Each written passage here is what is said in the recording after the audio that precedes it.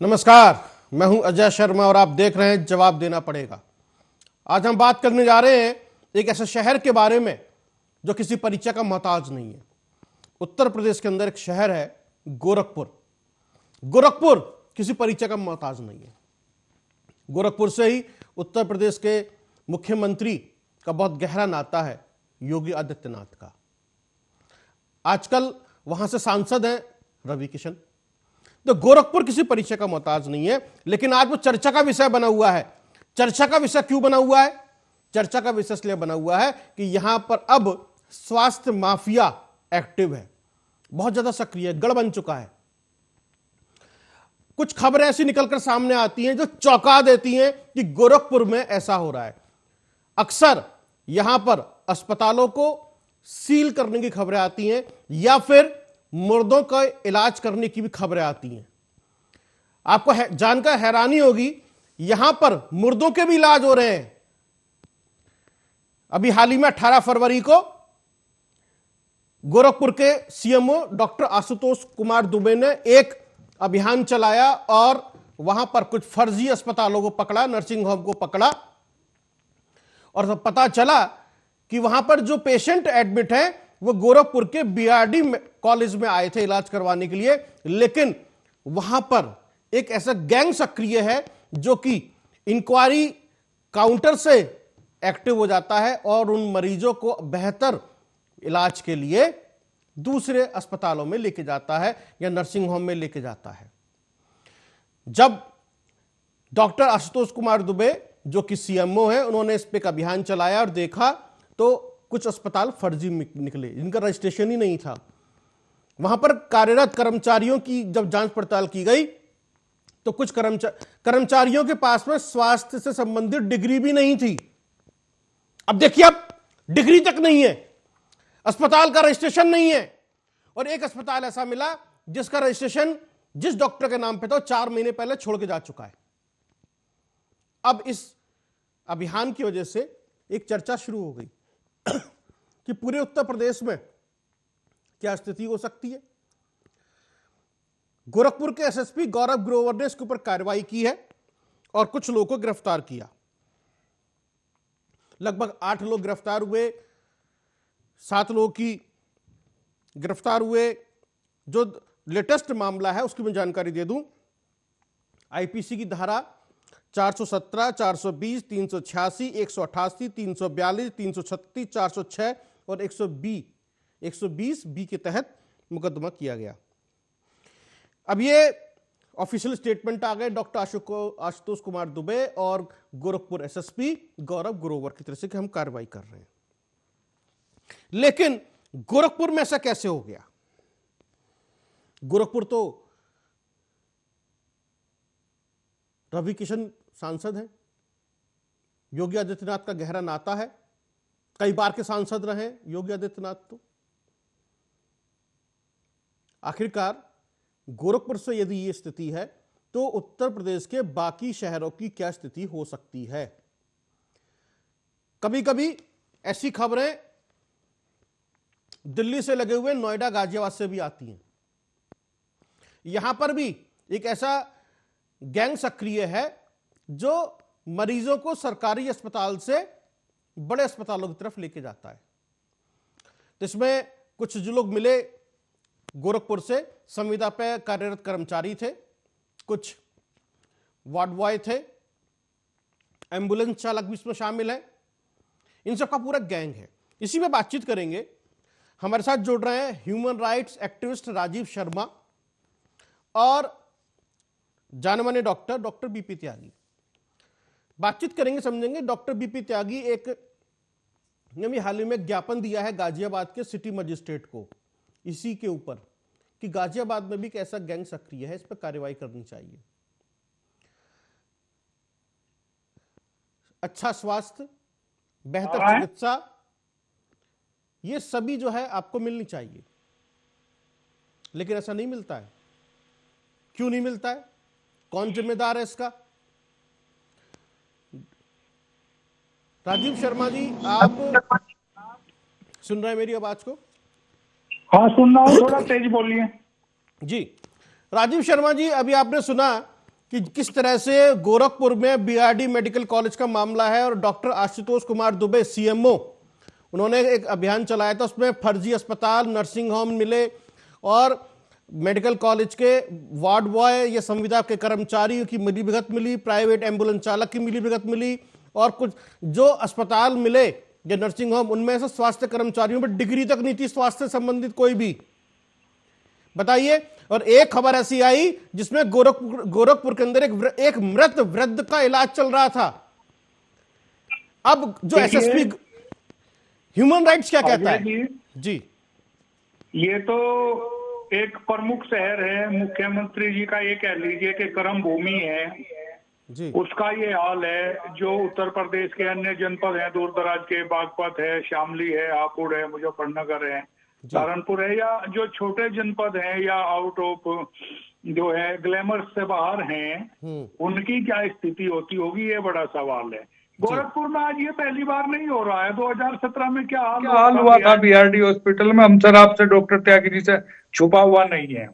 मगर बड़ा सवाल इस बात का खड़ा हो जाता है कि जिनको जिम्मेदारी है कुछ करने की, वो हाथ पे हाथ धरे बैठे हैं। जब कोई घटना घटित होती है तो आनंद फानन में छापेमारी करके, खाना पूर्ति करके कार्रवाई की तीसरी कर दी जाती है।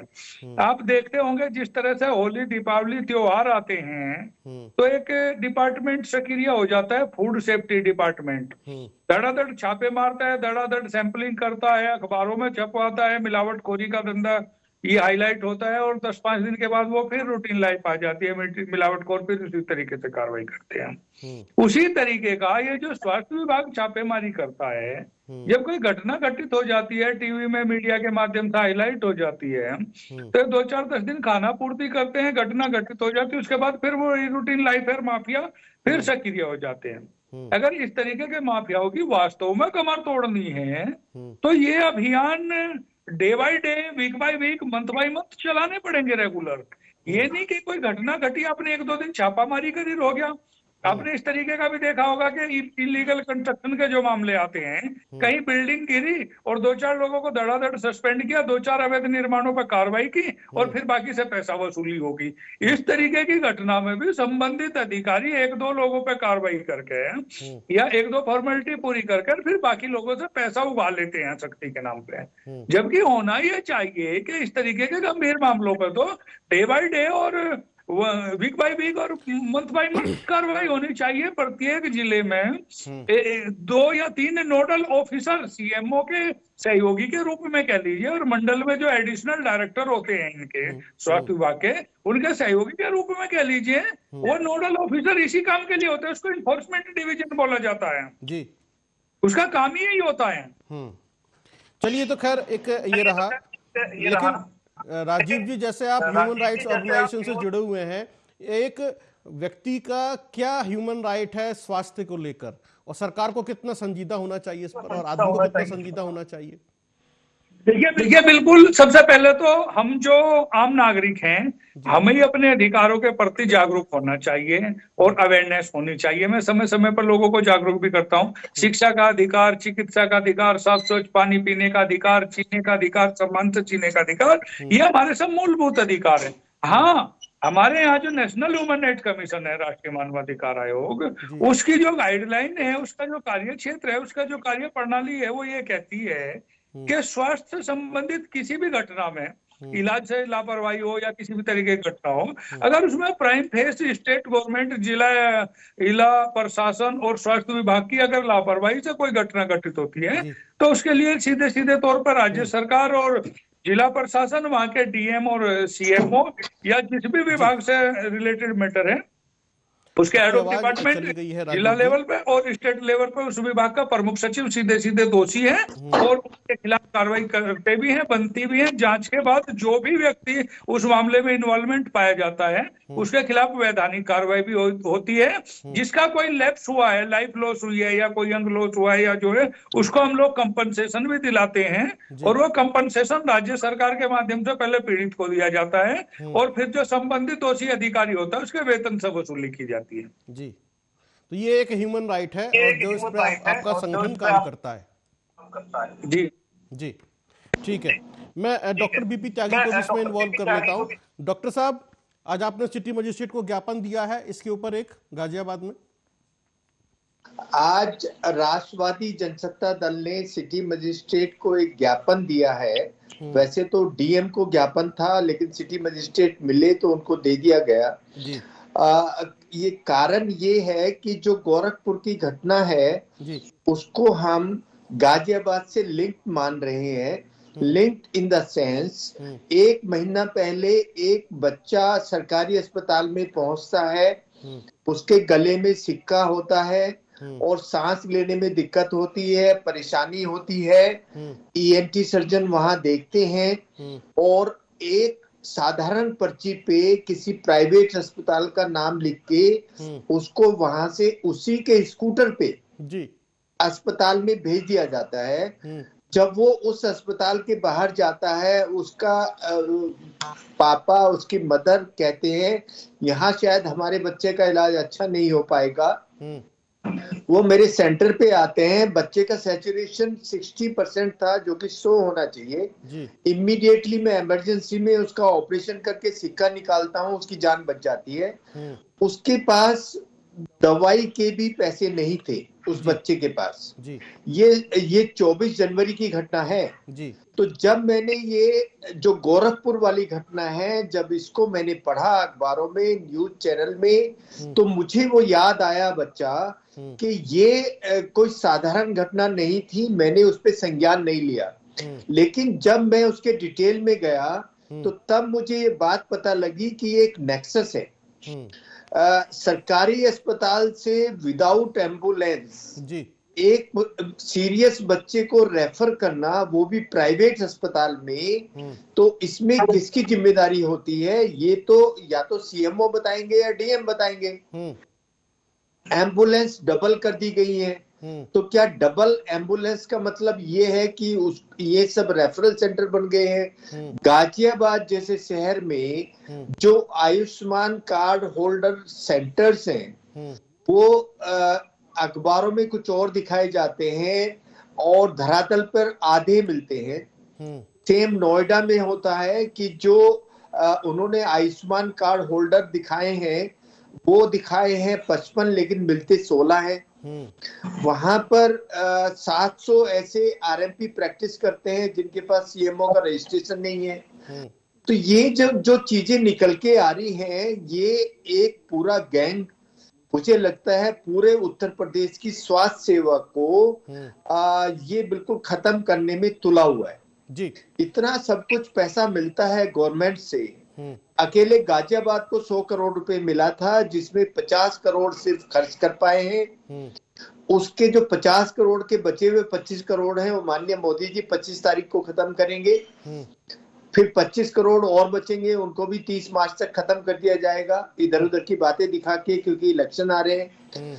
मेन बात ये है कि जो हमारी जनता है, जो उसके हक हैं, एजुकेशन है, हेल्थ है, अभी जैसे राजीव जी ने बताया, उनको कौन देगा? वोट मांगने तो आ जाते हैं, और जितने भी जनप्रतिनिधि हैं वो आजकल आपको ज्यादा दिखेंगे हर शहर में, अखबारों में फोटो आएंगे, आज उसको मेंबर बना रहे हैं, आज उसको मेंबर बना रहे हैं, लेकिन जनता के बारे में कोई नहीं सोच रहा जी। राजीव जी, आप कुछ कहना चाह रहे हैं? अजय जी, यहाँ मैं एक चीज और कहना चाहूंगा, त्यागी जी को भी मैं उसकी तरफ इंडिकेट करूंगा। त्यागी जी, देश की जनता, प्रदेश की जनता शिक्षा, चिकित्सा, स्वास्थ्य और रोजगार, न्याय पे वोट ही नहीं करती है। देश की जनता वोट करती है राम पे, देश की जनता वोट करती है धर्म पे, देश की जनता वोट करती है क्षेत्रवाद पे, देश की जनता वोट करती है जातिवाद पर। देश का जो वोटर है, जो प्रदेश का वोटर है, चाहे वो लोकसभा चुनाव हो, चाहे विधानसभा चुनाव हो, चाहे निकाय चुनाव हो, चाहे ग्राम पंचायत का चुनाव हो, वो शिक्षा, चिकित्सा, न्याय और रोजगार, जो हमारे मूलभूत फंडामेंटल राइट्स हैं, जो हमारे मूलभूत अधिकार हैं, स्वास्थ्य, स्वच्छ वातावरण का अधिकार, स्वच्छ पीने के पानी का अधिकार, इन पर तो हम वोट ही नहीं करते। जनरल वीके सिंह बता रहे हैं कि 1500 लोगों को अयोध्या यात्रा करा रहे हैं, रेल बुक करा दी है उन्होंने, बहुत अच्छी बात है। बहुत अच्छी बात है, होना चाहिए। मगर मैं आज भी जनपद गाजियाबाद में बता दूं कि 250 से ज्यादा कॉलोनी ऐसी हैं जिनमें जिनमें दिल्ली के मुहाने, देश की राजधानी के मुहाने पर बसे जनपद गाजियाबाद में 250 प्लस ऐसी कॉलोनी है जिनमें पीने का पानी नहीं है। और आप दावा कर रहे हैं सरकार की हमारी सरकार विश्वगुरु बन गई। जो देश, जो प्रदेश राष्ट्रीय राजधानी में बसे टॉप 100 सिटी नेशनल और टॉप 10 लेवल के जो जनपद है गाजियाबाद, वहां के नागरिकों को पीने का पानी, फंडामेंटल राइट्स, मूलभूत अधिकार, आप पीने का पानी स्वच्छ नहीं उपलब्ध करा रहे। और आप बात कर रहे हैं कि हमने राफेल ले आए, हम बात कर रहे हैं कि हम एयरपोर्ट बना रहे हैं, हम दावा कर रहे हैं कि हमने मिसाइल दाग दी, हम दावा कर रहे हैं कि हम चांद पे पहुंच गए। अरे भाई ठीक है, अच्छी बात है, आधुनिक क्रांति है, शस्त्र क्रांति है, मगर शिक्षा चिकित्सा की क्रांति कहां जाएगी? जो व्यक्ति का मूलभूत अधिकार है पीने का पानी। सही बात है राजीव जी, बहुत बड़ी बात है। देखिए, ऐसा कोई घर नहीं होगा, ऐसा कोई ऑफिस नहीं होगा जो 20 रुपए की पानी की बोतल 20 लीटर की खरीद के नहीं पी रहा। बिल्कुल सही बात है। जिस देश में व्यक्ति को पीने का पानी नहीं मिल पा रहा है, वहां सरकार दावे करे कि हम विश्व गुरु बन रहे हैं, तो बड़ी बचकाना सी बात है। बिल्कुल सही बात है, ये बहुत बड़ी बात कही आपने। चिकित्सा के नाम पे वोट ही नहीं करते। जब चुनाव आते हम गाने पे झूमने लगते हैं, जो राम को लाए हैं वो हम उनको लाएंगे, राज करेगा, सिंहासन पर बैठेगा, फलाना, अनामिका जय नंबर के गाने पे झूम रहे, कन्हैया मित्तल के गाने पे झूम रहे। हम भूल गए कि कोरोना में कितने लोग मारे गए, कितने लोगों की अंग तस्करी हुई, उनको कंधा देने वाला तक कोई नसीब नहीं हुआ। स्वास्थ्य सेवाएं लचर थी, हॉस्पिटलों में सब राम नाम सत्य हो रहा था। और हम फिर उसी धुन में नाचने गाने लगते हैं कि धर्म के नाम पर सरकार बन जाती है। तो सरकार और जनप्रतिनिधि जान गए हैं कि इनको शिक्षा, चिकित्सा, न्याय और रोजगार की जरूरत नहीं है। एक डबली बजा दो, राम नाम के नाम किया, धर्म के नाम पे, उधर ओवैसी आके गाना गाएंगे कि मुसलमानों के हम प्रतिनिधि हैं, हमसे बड़ा हितैषी इनका कोई नहीं है। इधर बीजेपी वाले आके बताएंगे कि हिंदू तो जब तक सुरक्षित हैं जब तक योगी मोदी देश में है, जैसे ही ये शाम को दोपहर को चुनाव से हटेंगे, दोपहर को सर पर टोपी आ जाएगी, शाम को नमाज पढ़नी पड़ जाएगी। अरे भाई ये बताइए ना, शिक्षा के लिए क्या किया, चिकित्सा के लिए क्या किया, पीने के पानी के लिए क्या किया, रोजी रोटी के लिए क्या किया? जिस देश के 80 करोड़ प्लस लोग, आधे से अधिक आबादी चौराहे पे खड़ी है झोला लेके 5 किलो अनाज के लिए, वो देश कैसे विश्व गुरु बन जाएगा? मेरी समझ से बाहर है। बिल्कुल, यह आपका एक सवाल है। भुखमरी पे आ गए। और सुनिए, दावा कर रहे हैं 3 साल तो हम बैठा के खिला रहे हैं, 5 साल की और गारंटी है। यानी 5 साल तक बिल्कुल लैप्स हो जाएंगे। अजय जी आप काउंट कर लीजिए, आज मेरी बात को लिख करके ले लीजिए, बीपी त्यागी साहब भी लिख करके ले देंगे। अगले विधानसभा चुनाव तक इन भुखमरे ही लोग कहूंगा जो सरकारी राशन के रेमोक्रम पे हैं, इनकी संख्या 100 करोड़ होने वाली है, 80 करोड़ से जाके ऊपर। आप कैसा भारत बना रहे हैं भाई? आपने बहुत बड़ी बात 5 किलो दानों पे चौराहे पे खड़ा मोहताज है, वो कैसे शिक्षित और सक्षम होगा, कैसे स्वस्थ होगा? मेरी समझ से बाहर है जी। डॉक्टर बीपी त्यागी, आपने चिंता देखी एक ह्यूमन राइट्स एक्टिविस्ट की कि भाई ये क्या स्थिति होने वाली है, और 80 करोड़ यदि इस तरह से है तो क्या स्थिति होगी? बहुत गंभीर सवाल उठाए हैं राजीव शर्मा ने आज। डॉक्टर साहब, मैं बहुत धन्यवाद करता हूं राजीव जी का जी। जो इन्होंने 250 कॉलोनी गाजियाबाद में बताई हैं, क्योंकि मैं गाजियाबाद में ही रहता हूं तो उनके बारे में मुझे पता नहीं था, तो एक अच्छी जानकारी मुझे दी है कि पीने का पानी नहीं है, 80 करोड़ को फ्री राशन मिल रहा है, इसकी जानकारी मुझे थी। और जो हेल्थ में जितने भी यहाँ पर दिक्कतें आ रही हैं उसके बारे में जो मैंने बताया राजीव जी को, वो बिल्कुल फैक्ट्स हैं। और यहाँ एक मेडिकल कॉलेज बनना था, वो नहीं बना है, वो भी फैक्ट है। यहाँ 4 अस्पताल बनने थे, वो नहीं बना है, वो भी फैक्ट है। यहाँ प्रेस कॉन्फ्रेंस किस बात पे की जाती है कि हमने टनल से मजदूरों को निकाल दिया, और आर्मी का बैंड आता है उनके स्वागत के लिए, वीके सिंह जी के लिए। शादी हो रही हो किसी की जी। तो ये बहुत बड़ी बात है। राजीव जी का मैं धन्यवाद करता हूं कि आपके प्लेटफॉर्म के थ्रू उन्होंने ऐसी बात को उठाया जो कि बहुत ही चिंताजनक है। 250 कॉलोनी में पानी अगर नहीं पहुंचेगा तो आप देखिए, हवा पानी पे आदमी जिंदा नहीं रह सकता, लेकिन पानी भी नहीं है। बिल्कुल, देखिए डॉक्टर साहब, बड़ी बात है। गाजियाबाद का वाटर लेवल आप चेक करा लीजिए, आपको पता चल जाएगा वाटर लेवल कहां चला गया है, जबकि वो शहर है जहां पर रैपिड मेट्रो का उद्घाटन हुआ था। है ना, देश की पहली रैपिड ट्रेन जो है गाजियाबाद में ही है। तो अगर इस गाजियाबाद शहर की ये स्थिति है, और राजीव जी ने बहुत बड़ी बात कही, वो सच है, हर दूसरे घर के अंदर आरओ लगा है या फिर पानी की बोतल आती है पीने के लिए, आप पानी बाहर से पी नहीं सकते। क्या कि सबको एक और नई चीज से अवगत करा रहा हूँ। जी जी, एशिया की सबसे बड़ी विधानसभा कहा जाता है साइड को। जी जी, वहाँ के विधायक थोड़े से वजन में भारी है तो उनको हैवी वेट विधायक बोलते हैं जनपद में। और लिम्का बुक रिकॉर्ड में उनका नाम गया है कि वो सबसे ज्यादा वोटों से जीते हैं इस बार।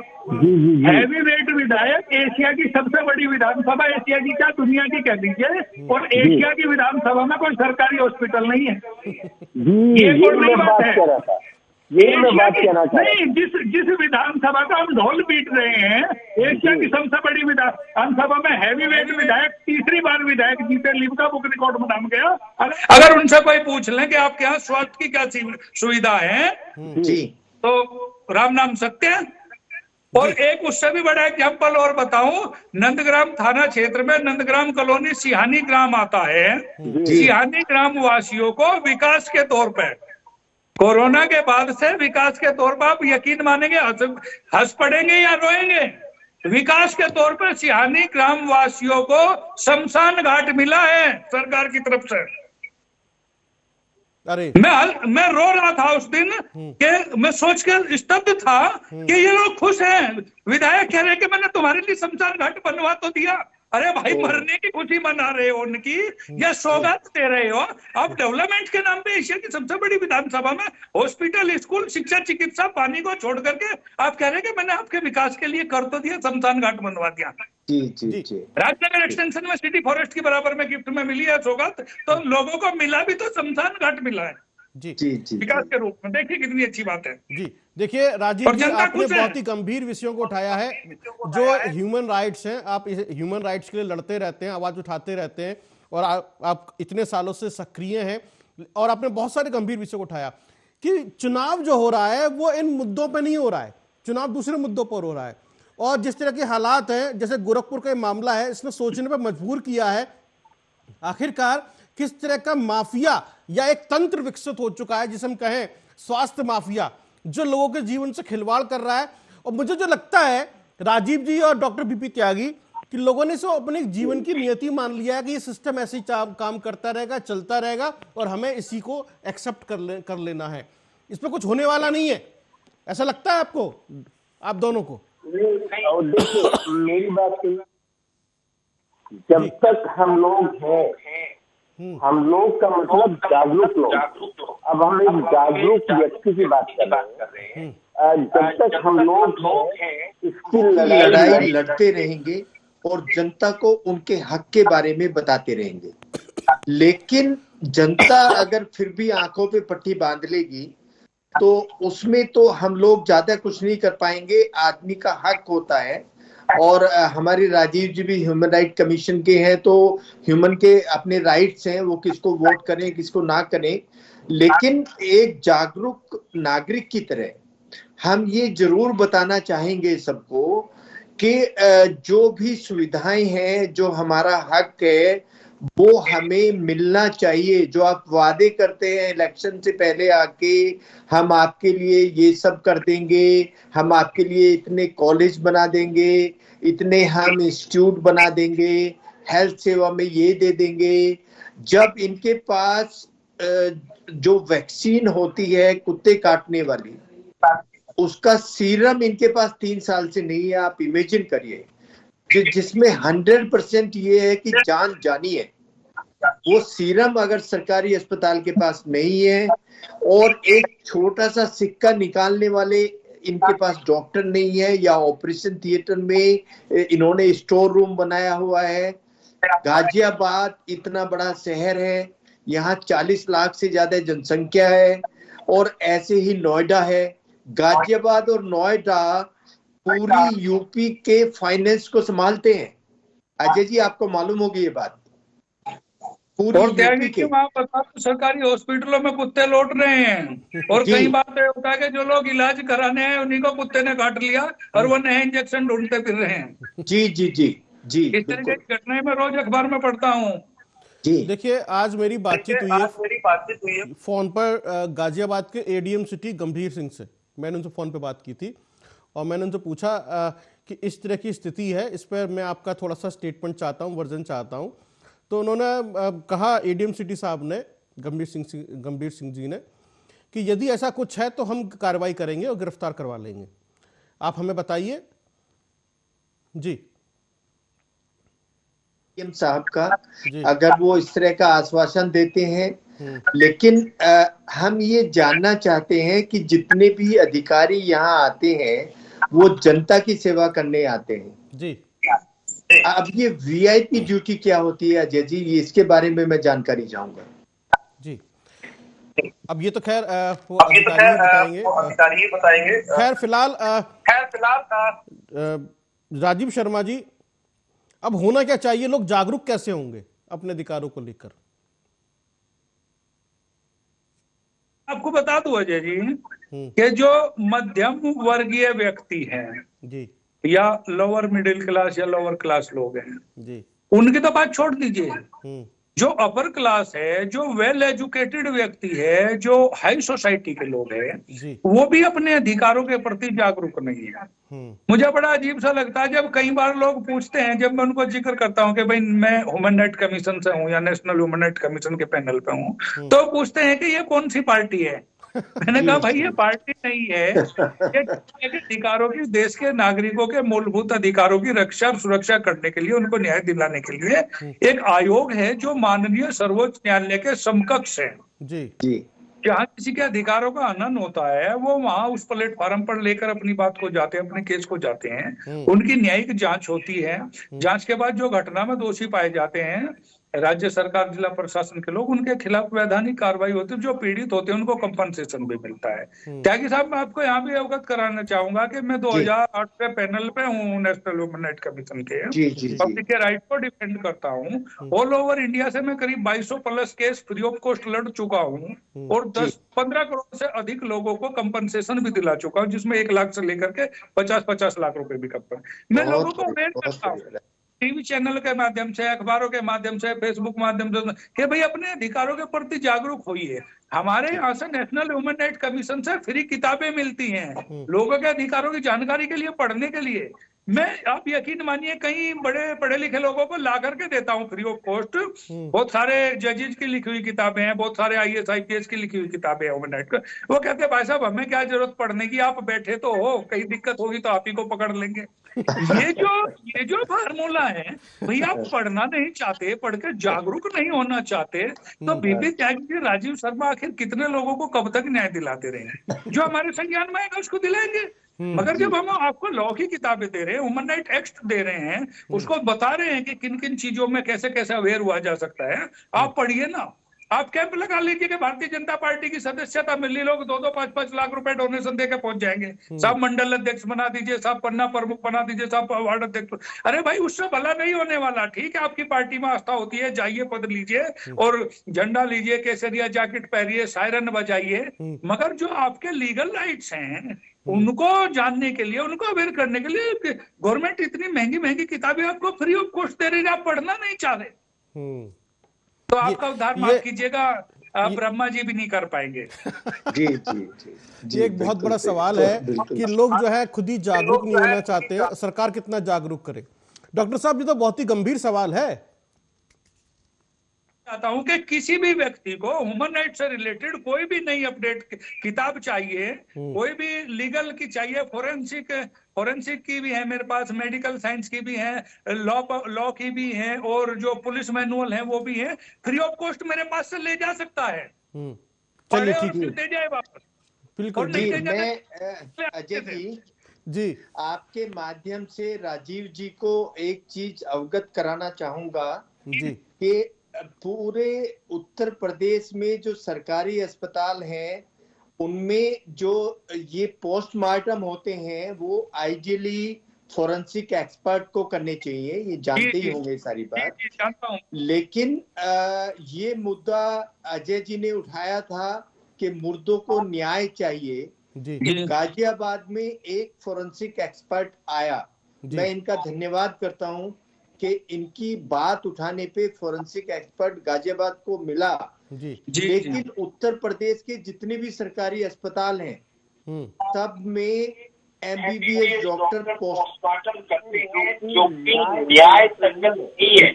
मैं डॉक्टर साहब वचनबद्ध हूँ, आपको आश्वासन दिलाता हूँ कि मैं माननीय आयोग के चेयरमैन साहब को चिट्ठी लिख करके और उत्तर प्रदेश के प्रमुख सचिव स्वास्थ्य और मुख्य सचिव को चिट्ठी लिखवाऊंगा और आदेश भी करवाऊंगा कि प्रत्येक जनपद में जो पोस्टमार्टम करने वाला डॉक्टर है वो फोरेंसिक एक्सपर्ट ही हो। मैं आपको यह वचन देता हूँ इस बात का कि मैं इसके लिए प्रयास करूंगा और आपको आदेश की कॉपी भी प्रोवाइड करवाऊंगा। थैंक यू, बहुत बहुत धन्यवाद, बहुत बहुत धन्यवाद। चलिए अब ये जो है स्थिति यहाँ पर ये बन चुकी है। अब डॉक्टर साहब जिस तरीके से आप मैं कोशिश कर रहे हैं, राजीव शर्मा भी बता रहे हैं, वो भी कोशिश करते चले आ रहे हैं, लोगों की जो इच्छा है, मंशा है, आर्या न्यूज चैनल जो लोग देख रहे हैं वो समझें कि भैया आपके अधिकार क्या जो हैं उनको लेकर आप कितने सजग हैं। राजनीतिक अलग मुद्दा है, लेकिन पहले आप एक इंसान हैं, व्यक्ति हैं, नागरिक हैं और उसके आपके अधिकार हैं जो आपको संविधान देता है, जो आपको मिले हैं, उनको सबसे पहले लीजिए। कितनी बड़ी बात है पानी का अधिकार। यदि पानी की यह स्थिति है तो आने वाले समय में जैसे खाद्यान्न के लिए आज लोग 5 किलो राशन के लिए लाइन लगा रहे हैं, पानी के लिए भी लाइन लगेगी राजीव जी फिर तो? खरीद का पी रहे हैं 20 रुपए की बोतल, 100 रुपए का रोज। नहीं, इसके लिए भी सब्सिडी मांगी जाएगी पानी के लिए भी, जैसे कभी मिट्टी के तेल के लिए उसके लिए सब्सिडी मांगी जाती थी, इसके लिए सब्सिडी मांगी जाएगी। जो पानी की बोतल है उसकी भी शुद्धता की कोई गारंटी नहीं है, क्योंकि वो भी जो गली मोहल्लों में प्लांट लगे हैं जो रिफिल कर रहे हैं उन बोतल को, माफ कीजिएगा मैं बड़ी मतलब दुख के साथ कहना चाहूंगा, मैं कई बार देखता हूं कि वो जहां बोतल रख के भरी जाती है, कई वहां कुत्ते उन बोतलों को चाट रहे हैं, कई बोतलों के ऊपर बाथरूम कर रहे हैं। ये एक महीना 15-15 दिन उन बोतलों को धोए हो जाते हैं। जी जी बिल्कुल जी। इसने एक बहुत ही अलग तरह की स्थिति पैदा कर दी है राजीव जी। इसको लेकर हम सभी लोगों को जागरूक होना पड़ेगा और हमें एक युद्ध स्तर पर, मुझे लग रहा है ये जो भंडारे आयोजित किए जाते हैं इसकी बजाय इस तरह के जागरूक कैंप ज्यादा लगाए जाएं, लोगों को जागरूक किया जाए, ये ज्यादा जरूरी है। या मेडिकल कैंप की तरह की तर्ज पर ही इस पर जो ह्यूमन राइट्स को लेकर भी इस तरह के कैंप लगाए जाएं। फिलहाल ये चर्चा जो है जो बता रही है उत्तर प्रदेश में स्वास्थ्य विभाग का एक माफिया एक्टिव है जो आपके जीवन से खेल रहा है और इसको लेकर आपको जागरूक होना पड़ेगा। सरकार तो अपना काम करेगी, भ्रष्ट कर्मचारी भी हैं, एक कार्रवाई जी के जन्मदिवस पे एक ब्लड बैंक का कैंप का आयोजन किया जी, और ब्लड बैंक के कैंप का आयोजन महानगर अध्यक्ष संजीव शर्मा जी के नेतृत्व में हुआ था जी। अभी अगले दिन मैंने अखबार में पढ़ा शायद 45-50 बोतलें ब्लड डोनेट किया था लोगों ने, अखबार में छपा, टीवी पे चला। मैं उस सूची में ये देख रहा था कि गाजियाबाद में 100 से ज्यादा पार्षद थे, जिसमें लगभग 65-70 बीजेपी के थे, 5 विधायक थे, महानगर अध्यक्ष थे, सांसद थे। खून देने वाला नरेंद्र मोदी जी के नाम से इनमें कोई नहीं था, किसी का नाम नहीं था। वो खून भी मोदी जी के नाम पर जनता का ही निकाल लिया। तो ये त्याग है, ये त्याग है। और जनता चली गई अपने नेता के लिए, मगर जनता के लिए अगर कोई अवेयरनेस कैंप लगाए तो मुझे नहीं लगता 50 आदमी भी आएंगे। जी जी। आपने एक बहुत बड़ा सवाल खड़ा किया है कि जनता खुद ही जो है अपने अधिकारों को लेकर जागरूक नहीं है, भी दे रहे हैं मगर अपने लीगल अधिकारों के लिए नहीं जानकारी लेते। जी जी जी जी, तो लीगल राइट्स हैं। ठीक, चलिए और मैं त्यागी साहब ये सारी बातें तथ्यों के आधार पर कह रहा हूँ। जी जी, बिल्कुल बिल्कुल। तो अजय जी एक थोड़ा सा मैं आपको बताना चाहूंगा, जो राजीव जी ने हमें इंफॉर्मेशन दी है जी, अगर बोतल को भी कुत्ते चाट रहे हैं तो पानी से भी रेबीज फैल सकता है। नेचुरल सी बात है, मैं देखता हूँ जी। तो अब एंटी रेबीज जिनके पास पहले ही नहीं है, ये सब चीजों को अगर हम ध्यान में रखेंगे तो ये तो और ज्यादा महामारी के रूप में रेबीज आने वाली है। एक गंभीर समस्या हो जाएगी। आप त्यागी साहब, अजय जी, जिन गली मोहल्लों में पानी के प्लांट लग रहे हैं छोटे छोटे टूटे फूटे मकानों में, अगर वहां आप उसको बोतलों में पानी को भरता देख लेंगे तो आप उस पानी को पी नहीं पाएंगे। आप जी, सोचेंगे जी। बेहतर है नल से खींच के पानी पी लूं, समरसीबल से निकला डायरेक्ट पानी पी लूं, मगर इसको मत पीऊं, क्योंकि वहां जो हालत होती है पानी के प्लांटों पे, मैं देखा हूं उन चीजों को। और ये सारे सरकारी सेंटर में बन रहे हैं, ऐसा नहीं है कि सरकार को जानकारी नहीं है, स्वास्थ्य विभाग को जानकारी नहीं है, नगर निगम को जानकारी नहीं है। प्रत्येक पानी के प्लांट से 10 से 15 हजार रुपए थाने के बंधे हुए हैं। जी, जी, जी। केवल जाता लाता नहीं, जी रिपोर्ट करेंगे पानी के प्लांट में सील लग जाएगी। ठीक, यानी कि पूरा तंत्र जो है आपस में कहीं ना कहीं मिला हुआ है, सबका गठजोड़ है, और जो कि आपके जीवन से खिलवाड़ हो रहा है।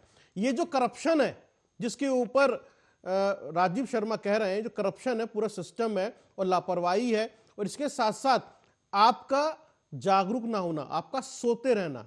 यानी हम आज आपसे कह रहे हैं जाग जाइए।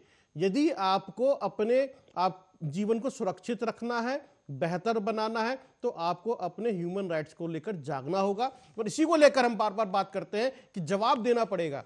आखिरकार जीवन आपका है, शिक्षा आपको मिलनी चाहिए, स्वास्थ्य आपको मिलना चाहिए, ये सरकारें भी देना चाहती हैं, भारतीय संविधान भी आपको दे रहा है, उसमें आपका अधिकार है, मूलभूत अधिकार है। और उसी को लेकर आप यदि जागरूक नहीं है, सचेत नहीं है, उसके लिए आप आवाज नहीं उठा रहे हैं, तो फिर ये एक बहुत ही भयंकर सिचुएशन है, एक ऐसे हालात है जो इंसानी जीवन के लिए खतरनाक है। और 7 साल हो गए, 10 साल केंद्र की सरकार को हो गए जी। गाजियाबाद में मुझे सत्ताधारी पार्टी एक स्कूल का नाम बता दे कि हमने 7 साल में 10 साल में एक स्कूल खोला है केंद्र सरकार की योजना से राज्य। और शराब के ठेके मैं बता दूंगा कितने बड़े 7 सालों में। जी जी, देखिए, बहुत सारे बता सवाल हैं दीजिए। आपके पास में और संख्या बहुत मैं सारी बता दूंगा, चिंताएं हैं स्कूल राजीव मुझे जी कोई आपके सरकारी पास में। प्रवक्ता बता दे। जी, आज के शो का क्योंकि मकसद यही सरकार था कि समझ लोगों को चुकी है जागरूक कि करना, इस देश के इसीलिए नागरिकों को, प्रदेश के नागरिकों को शिक्षा चिकित्सा की कोई आवश्यकता नहीं है। चुनाव के समय पे शराब बांट दीजिए, बाकी धर्म के मामले में लगा दीजिए, भंडारा लगा दीजिए, ज्यादा दिक्कत हो तो 1-2 बार ओवैसी को बता दीजिए, और शाम को मीटिंग हो जाएगी, इधर ओवैसी साहब टीवी पे बोलेंगे और उधर जनता कहेगी कि देखो भाई मुगलों का राज आ जाएगा अगर हमें वोट नहीं दिया। और वो फिर सारे मुद्दे गौण हो जाते हैं शिक्षा चिकित्सा के, और सिर्फ बात रह जाती है कि भाई ये मुसलमान है, ये हिंदू है, अगर इनको वोट नहीं दिया तो हम खत्म हो जाएंगे, इनको दिया तो हम खत्म हो जाएंगे। बेहतर है कि धर्म के नाम पर वोट दे दो, शिक्षा चिकित्सा को तो बाद में भी देख लेंगे। जबकि मेन ये है कि जब हम शिक्षित होंगे, स्वस्थ होंगे, सक्षम होंगे, तो हम सरकार के गिरेबान में हाथ डाल कर पूछेंगे हमारे लीगल राइट कहाँ हैं। सही बात है। देश की राजनीति, त्यागी साहब, चाहे किसी भी पार्टी की सरकार रही हो, सपा, बसपा, कांग्रेस, भाजपा, जो भी रही हो, देश की राजनीतिक पार्टियां कभी नहीं चाहती कि देश की आवाम स्वस्थ, शिक्षित और सक्षम हो, क्योंकि उनका पता है कि जिस दिन वो स्वस्थ, शिक्षित और सक्षम होंगे, उस दिन राजीव शर्मा की तरह, अजय शर्मा की तरह, बीपी त्यागी जी की तरह लीगल राइट की बात करेंगे। वो फिर दरी नहीं बिछाएंगे, वो झंडे नहीं उठाएंगे, वो 500-500 रुपए की मजदूरी पे आपके यहाँ रैलियों में नहीं जाएंगे। जी, जी, जी। आपका राजनीतिक भविष्य तो चौपट हो जाएगा। जी, बिल्कुल। जी। तो इसलिए धर्म की अफीम ऐसी चटाई रखो कि जैसे ही उसमें होश में बाहर आए, फिर थोड़ी सी डोज दे दो कि वो उससे बाहर निकल के शिक्षा चिकित्सा पे बात ना करे। अगर आपको अपने बच्चों का बेहतर भविष्य है, अपनी आने वाली पीढ़ियों को सुरक्षित रखना है, तो शिक्षा, चिकित्सा, स्वास्थ्य, न्याय और रोजगार, इन पर आपको स्वयं बातें करनी पड़ेंगी, स्वयं जागरूक होना पड़ेगा। जब आपके घर कोई जनप्रतिनिधि वोट मांगने आए चुनाव में, आप उनसे पूछिए आप इन चीजों पे आपने क्या किया। मुझे पीने का पानी नहीं मिल रहा, मैं 100 रुपए की बोतलें रोज खरीदता हूँ, बताइए ना आपने क्या किया। सही मेरे पास चिकित्सा की व्यवस्था नहीं, आपने 2 हॉस्पिटल दिए, एमएमजी और संजय नगर, उसमें कुत्ते लौट रहे, बताओ मैं कहां जाके इलाज कराऊं, दिल्ली जाऊं। टैक्स मैं आपकी स्टेट गवर्नमेंट को दे रहा हूं, रेवेन्यू उत्तर प्रदेश जनरेट कर रहा, और स्वास्थ्य के लिए मैं जीटीबी के ऊपर डिपेंड हूं या सफदरजंग के ऊपर डिपेंड हूं। क्यों भाई? सही बात है। आपकी कोई लायबिलिटी नहीं है। जब आप जाते हैं तो आप कहते हैं कि देखिए 2 चीजें हैं त्यागी साहब, जब हमें शिक्षा की जरूरत पड़ी और सरकारी स्कूलों की हालत खराब हुई तो हमने प्राइवेट स्कूलों की तरफ रुख कर लिया। जब हमें बेहतर चिकित्सा की जरूरत पड़ी, चिकित्सा व्यवस्था चौपट रही, तो हमने मेडिकल पॉलिसी की तरफ रुख कर लिया। जब हमें पीने के पानी की जरूरत पड़ी तो हम सरकार से लड़े नहीं, जनप्रतिनिधि, हमने मोल का बोतल का पानी खरीदना शुरू कर लिया, आरओ लगा लिए, क्योंकि हम सॉफ्ट जीवन चाहते हैं, संघर्ष नहीं चाहते। और जब तक हम संघर्ष नहीं करेंगे हमें अपने अधिकार नहीं मिलेंगे। उसके लिए स्ट्रगल करना पड़ेगा, अपने जनप्रतिनिधि से पूछना पड़ेगा हमने आपको किस लिए चुना। चलिए, हमें जनता के सेवक, जो हमारे लोक सेवक अधिकारी है, उनसे पूछना पड़ेगा आप हमारे लिए क्या कर रहे हैं। बिल्कुल। और हम पूछते नहीं है। बहुत गंभीर सवाल है जब आपके। नेता हमारे यहाँ आता तो हम उससे सवाल नहीं पूछते, हम उसकी जो महिमा बखान में जो है फेसबुक पे प्रचार करते हैं, सोशल मीडिया पर करते हैं, ढोल बजाते, माला डालते, उसको स्वागत में ले जाते। वो 5 आदमी बुलाता, हम 50 लेकर के जाते हैं। चलिए खैर, हम उससे ये पूछना बंद कर चुके हैं, आप हमारे लिए क्या कर रहे हैं। समय का अभाव है राजीव जी, सवाल बहुत गंभीर है आपके, समय का अभाव है। डॉक्टर बीपी त्यागी, राजीव जी, डॉक्टर बीपी त्यागी, आपसे आखिरी कमेंट। डॉक्टर बीपी त्यागी। आज देखिए अजय जी, मैं आपके चैनल का हार्दिक धन्यवाद करता हूं कि आपने राजीव जी से मुलाकात कराई और इन्होंने मुझे ऐसे मुद्दों पर जानकारी दी जो अब मेरी बुक में ऐड हो गए हैं। और आपका धन्यवाद करता हूं कि इतने सेंसिटिव मुद्दे को आपने उठाया। मेरा लास्ट कमेंट है जी। Thank you so much doctor B P Tyagi और Rajeev Kumar Sharma ji, human rights activist, हमें समय देने के लिए और ऐसे मुद्दे पर बातचीत करने के लिए और आपको जागरूक करने के लिए कि आपके अधिकार क्या हैं, भारतीय संविधान जो आपको अधिकार देता है वो क्या है। सबसे पहले आप एक नागरिक हैं, इंसान हैं, व्यक्ति हैं और आपको अपने अधिकार पता होने चाहिए। जीवन जीने का अधिकार, पानी का अधिकार, शिक्षा का अधिकार, स्वास्थ्य का अधिकार, ये मूलभूत अधिकारों में शामिल होता है। बहुत बहुत धन्यवाद। देखते रहिए आप आर्या न्यूज।